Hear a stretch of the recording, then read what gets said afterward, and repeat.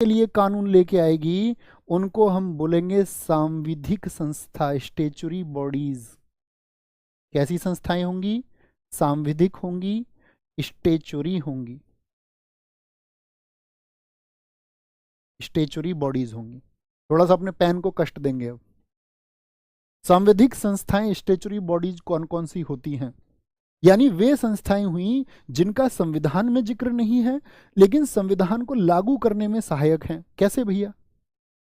जैसे मैं आपसे पूछूं ओबीसी आयोग, क्या उसका संविधान में कहीं जिक्र है? आप कहेंगे जी भैया, तो वो तो संवैधानिक हो गई। लेकिन मैं आपसे पूछूं राष्ट्रीय महिला आयोग के लिए कौन सा अनुच्छेद है, नेशनल कमीशन फॉर वुमेन्स के लिए कौन सा आर्टिकल है, तो आप कहेंगे नहीं भैया कोई भी आर्टिकल नहीं, यानी संविधान में जिक्र ही नहीं है।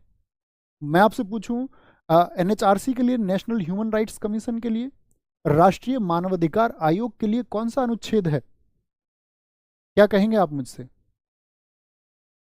बताएं फटाफट से। मैं आपसे पूछूं सूचना आयोग, जो आपका साथी इंफॉर्मेशन कमीशन है, सीआईसी बोलते हैं, केंद्रीय सूचना आयोग, सेंट्रल इंफॉर्मेशन कमीशन, केंद्रीय सूचना आयोग किस अनुच्छेद में है? तो आप कहेंगे नहीं भैया, यानी संविधान में जिक्र नहीं है लेकिन उनका गठन संसद के द्वारा किया जा सकता है। कुछ निकाय बनाए जा सकते हैं, उनमें एक अध्यक्ष होगा, अन्य सदस्य होंगे। हम सभी कमीशंस को पढ़ेंगे, सभी आयोग हम पढ़ेंगे बहुत विस्तार से। तो आप इसके उदाहरण लिख लीजिए संवैधानिक। यहां पे मैं आगे लिख दूं कुछ एग्जाम्पल, आगे चल सकते हैं। ठीक है, यूएपीए हो गया, यहां पे नोट करिए स्टेचुरी बॉडीज, बॉडीज, बॉडीज। अरे थोड़ा रिस्पॉन्स तो दो, समझ में आ रही हैं चीजें या नहीं? कुछ मजा आ रहा है नहीं? जब हम किसी विषय को पढ़ाएंगे मजा आना चाहिए। ये तुम सबका स्नेह और प्यार है। ठीक है, मैं आपसे हमेशा कहता हूँ कि मैं ऐसे ही कुछ भी क्यों अनाउंस कर देता हूँ। जब मैं कहीं लिखा देखता हूँ ना उसको, नवीन सर इक्वल्स टू इमोशंस,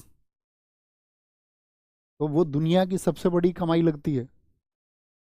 और मैं ये कहता हूँ तुमसे, हमेशा से कहता हूँ पिछले वर्षों से, इससे बड़ी कमाई कुछ है भी नहीं।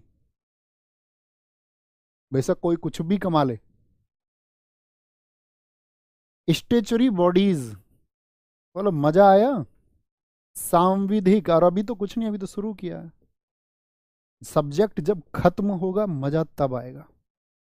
सांविधिक संस्थाएं, जैसे मैंने आपसे बोला अभी, NHRC, national human rights commission 1993 में आया, अध्यक्ष होंगे, अन्य लोग होंगे। जैसे मैंने आपसे पूछा सीआईसी, सेंट्रल इंफॉर्मेशन कमीशन, केंद्रीय सूचना आयोग 2005, जिसके द्वारा RTI, right to information act 2005 आया, आगे पढ़ेंगे। केंद्रीय सूचना आयोग, जो चीज जहां पर पढ़नी है एक ही दिन में सब कुछ नहीं जान सकते, 2005 का है। मैं पूछूं national commission for women's, national commission for women's, राष्ट्रीय महिला आयोग, national commission for women's, NCW बोलते हैं इसको, एनसीडब्ल्यू 1990। क्या इन सब का जिक्र संविधान में? आप कहेंगे नहीं। अब आते हैं वापस, बात समझ में आई? हमारे देश में जो इंस्टीट्यूशंस हैं, जो संस्थाएं हैं, वो कितने प्रकार की होती हैं? एक वो जिनका संविधान में जिक्र है, जिनको आप डायरेक्टली देख पाते हैं प्रत्यक्ष रूप से संविधान में। नॉन कॉन्स्टिट्यूशनल, जो संविधान का विरोध करें या उसका उल्लंघन करें, ठीक है, वायलेशन करें आपका कॉन्स्टिट्यूशन का, आतंकवादी संगठन, माओवादी संगठन हो गया, नक्सलवादी संगठन हो। तीसरी होती है आपका एक्स्ट्रा कॉन्स्टिट्यूशनल, जो संविधान को लागू करने में सहायक होती हैं। जैसे मैंने अभी नाम लिया आपसे, भैया ये महिलाओं पे कोई अत्याचार हो रहा है, हमारे संविधान ने कहा कि भैया महिलाओं पे कोई अत्याचार नहीं होना चाहिए, मतलब धर्म, जाति और लिंग के आधार पर कोई भेदभाव नहीं होगा, आर्टिकल 15 कह रहा है इस बात को। तो उसमें लिंग की बात क्या है? लिंग मतलब जेंडर के आधार पर कोई भी वायलेशन नहीं होना चाहिए कि भैया स्त्री है तो घरेलू हिंसा का शिकार हो जाएगी। ठीक है, घरेलू हिंसा सब जगह, गांवों में भी, शहरों में भी। तो घरेलू हिंसा को रोकने के लिए या महिलाओं के अधिकारों को सुरक्षित कैसे रखा जाए, उसके लिए पार्लियामेंट को लगा कि भाई एक एक्स्ट्रा कॉन्स्टिट्यूशनल बॉडी जिसका संविधान में जिक्र नहीं है उसका गठन कर लेते हैं। तो हो गया गठन। सूचना के लिए कुछ गठन करना था, मानव अधिकारों के लिए कुछ गठन करना था, मानव के अधिकारों के लिए, कि भैया मानव के अधिकार सुरक्षित किए जा सके। ह्यूमन राइट्स को क्या किया जा सके, अधिकारों को सेव किया जा सके। अभी मैं आगे बताऊंगा आपको, इसका एक बड़ा जिक्र आएगा। एनसीईआरटी 11th क्लास जो मैं आपको बता रहा था, लोकतांत्रिक राजनीति आप पढ़ेंगे वहां पर, तो वहां पे असम का एक केस आएगा, उस केस को मैं आपको समझाऊंगा। आपको तब ये बात समझ में आएगी कि एनएचआरसी की जरूरत क्यों पड़ी। ठीक है, चलें आगे। तो आपको मैं अगर छोटी सी बात समझूं, अब आप समझ गए होंगे, किसी राज्य व्यवस्था में चलाने के लिए संसद के द्वारा बनाए गए नियम, न्यायालय सहयोगी होगा, और इन एक्स्ट्रा कॉन्स्टिट्यूशनल बॉडीज की क्यों जरूरत पड़ी, क्योंकि जो संविधान में नहीं है, तो फिर हमको क्या करना पड़ा, कुछ गैर संवैधानिक संस्थाओं का गठन करना पड़ा। वो दो प्रकार की होती हैं, जो राष्ट्रपति मंत्रिमंडल की सलाह पर, उनको एग्जीक्यूटिव बॉडीज बोलते हैं, कार्यकारी संस्था बोलते हैं। जो संसद में आपका क्या बोलेंगे, संसद में अधिनियम बना के पारित किए जाते हैं, उनको हम बोलते हैं सांविधिक स्टेचुरी बॉडीज। बात क्लियर? ये मैं आपको बताना चाह रहा था। तो संस्थाएं कितनी प्रकार की होगी भैया? 3 प्रकार की संस्थाएं होती हैं। असंवैधानिक जो संगठन होते हैं आपका, उन पर सरकार रोक लगाने के लिए तरह तरह के आपका एक्ट लेके आती है, वो भी संसद में पारित अधिनियम होते हैं। स्टेचुरी बॉडीज क्यों होती हैं, एग्जाम्पल उसके हमने लिख लिए। अब आगे आते हैं, संविधान की आवश्यकता क्या है। संविधान तो हमने समझ लिया, संविधान क्या है। संविधान की आवश्यकता क्या है? What is the need of a constitution? क्या संविधान के बिना देश नहीं चल सकता? आप कहेंगे हमारा देश आज़ाद हुआ 15 अगस्त 1947 को, और हमारा संविधान कब लागू हुआ, इसके बीच में क्या हमारा कोई संविधान था? क्या इसके बीच में हमारे देश का कोई संविधान था? यस और नो?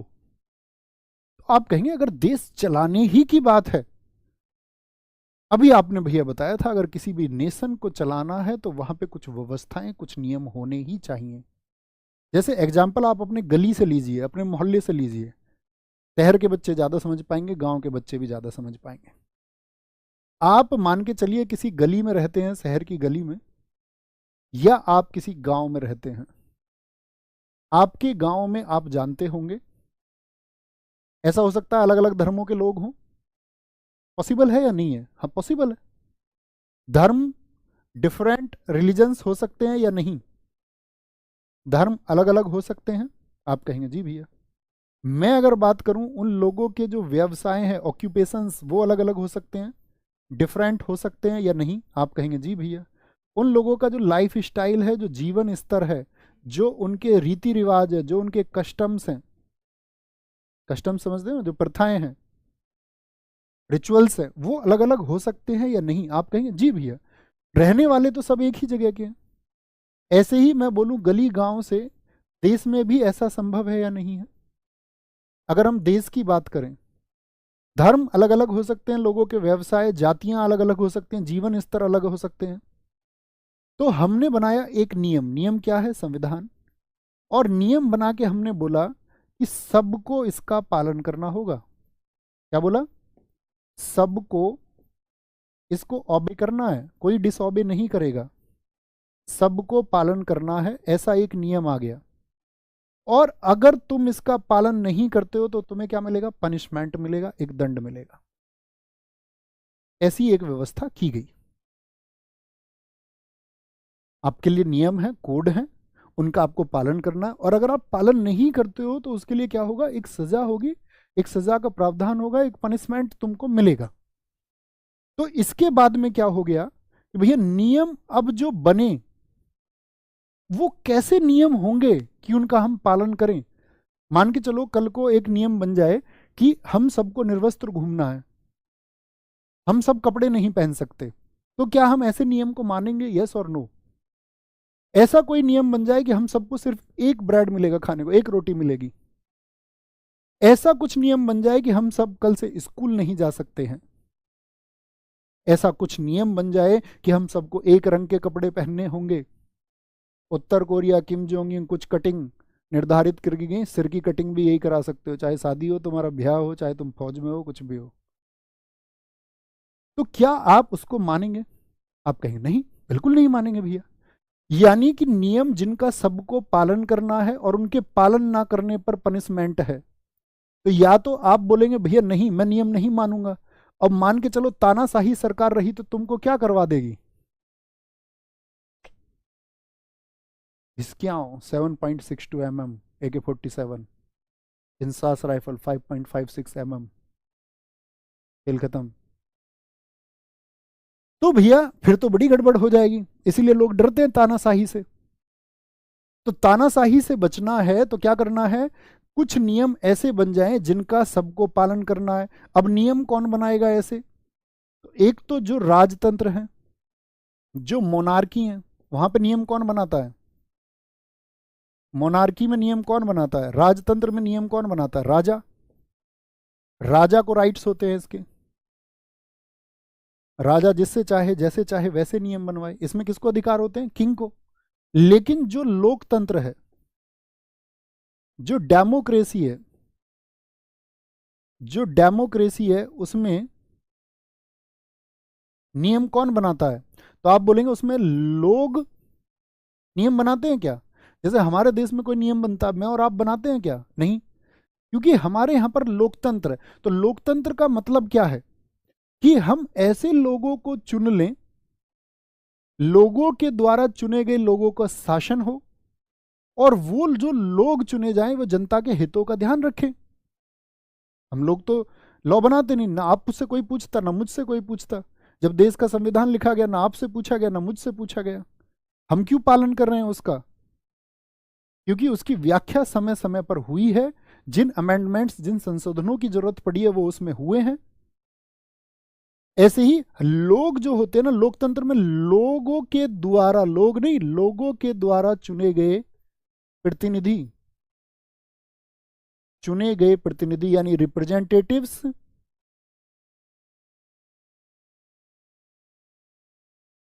सेलेक्टेड और इलेक्टेड बाय पीपल।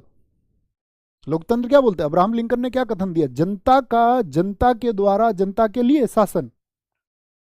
लेकिन जब आप लोकतंत्र पढ़ेंगे तो आप ये जानेंगे कि दुनिया के सभी लोकतंत्र ऐसे नहीं है कि जो जनता का ख्याल ही रखते हो। जब हम प्रत्यक्ष और अप्रत्यक्ष लोकतंत्र को, जब डेमोक्रेसी को मैं आपको विस्तार में समझाऊंगा तब आपको समझ में आएगा। तो नियम जो बनेंगे या तो राजा बनाएगा या कौन बनाएगा, लोगों के द्वारा चुने गए प्रतिनिधि बनाएंगे।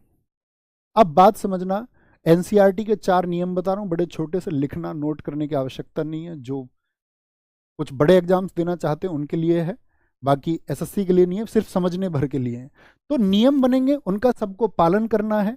सब पालन नहीं करेंगे तो क्या होगा, पनिशमेंट होंगे। तो ये किसका काम है, ये संविधान का है। तो संविधान का पहला काम यह है, इसको देखिए, संविधान का पहला काम यह है कि वह बुनियादी नियमों का ऐसा समूह उपलब्ध कराए जिससे समाज के सदस्यों में एक न्यूनतम समन्वय, समन्वय का मतलब होता है संयोग, जुड़ाव आपस में। अब नियम ऐसा ना हो जाए कि किसी धर्म के लोग अन्य धर्म के लोगों के मुकाबले खुद को कम सुरक्षित महसूस करें। तो नियम कैसे होने चाहिए, जो समन्वय, संयोग को और लोगों के बीच में एक विश्वास बना रहे। तो नियम कैसे होने चाहिए, पहली बात तो जो लोगों के बीच में क्या पैदा करें, एक समन्वय और विश्वास पैदा करें, न्यूनतम, कम से कम। ज्यादा से ज्यादा तो डिपेंड करता है पर्सनल पर, व्यक्ति पर, वो कितना विश्वास करेगा, पहली बात। दूसरी चीज देखिए, संविधान का दूसरा काम यह स्पष्ट करना है कि समाज में निर्णय लेने की, संविधान यह भी तय करता है कि सरकार निर्णय, संविधान का दूसरा काम यह स्पष्ट करना है कि समाज में निर्णय लेने की, यह गलत बात है, यहां तक, निर्णय लेने की शक्ति किसके पास होगी, निर्णय लेने की जो पावर्स हैं, डिसीजन पावर्स किसके पास होंगी। अब ये बात समझने की है, ये एनसीईआरटी के स्टेटमेंट्स हैं, इनको याद रखना है। समाज में जो डिसीजन मेकिंग पावर्स होंगी वो किसके पास होंगी, और संविधान यह भी तय करता है कि सरकारें कैसे बनेंगी, यानी कि गवर्नमेंट कैसे फॉर्म की जाएगी। अब इसको एक एग्जांपल से समझते हैं। जैसे मुझे आप एक बात बताओ, एक कोई गवर्नमेंट है, एक सरकार है, एक गवर्नमेंट है जो शासन करती है। उसने बोला कुछ जातियां जो हैं, कुछ कास्ट, उसने इलस्ट्रेट कर दिया इस बात को, व्याख्या की, कुछ जातियां अन्य जातियों की सेवा करेंगी, अन्य जातियों की सेवा करेंगी। मतलब कुछ कास्ट जो है वो सर्व करेंगी अन्य कास्ट को,